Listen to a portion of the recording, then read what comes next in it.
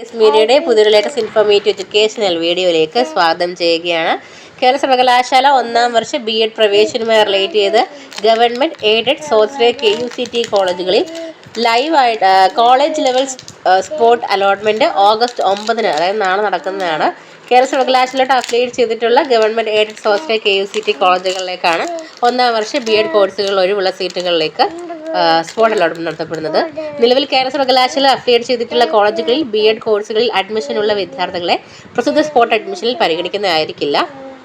And നിലവിൽ കേരള സർവകലാശാലയിൽ BEd കോഴ്സിലേക്ക് അപേക്ഷ നൽകിയിട്ടുള്ളവരെ പരിഗണിച്ചതിന് ശേഷമുള്ള ഒഴിവുകളിലേക്ക് ഇതുവരെ അപേക്ഷ നൽകാത്തവരെ സ്പോട്ടിൽ പരിഗണിക്കുന്നതാണ്. സ്പോട്ട് അലോട്ട്മെന്റിൽ പങ്കെടുക്കാൻ വരുന്ന വിദ്യാർത്ഥികളുടെ കൈവശം എല്ലാ ഒറിജിനൽ സർട്ടിഫിക്കറ്റുകളും ഉണ്ടായിരിക്കേണ്ടതാണ്. ഇതുവരെ സർവകലാശാല വിദ്യാർത്ഥികൾ നിർബന്ധമായും എലിജിബിലിറ്റി സർട്ടിഫിക്കറ്റ് ഹാജരാക്കേണ്ടതാണ്. അതുപോലെ വിദ്യാർത്ഥികൾ അപേക്ഷയുടെ പ്രിൻ്റ് ഔട്ട് എല്ലാം ഒറിജിനൽ സർട്ടിഫിക്കറ്റുകളുമായി അതാത് കോളേജുകളിൽ രാവിലെ 11 മണിക്ക് മുമ്പായിട്ട് റിപ്പോർട്ട് ചെയ്യേണ്ടതാണ്.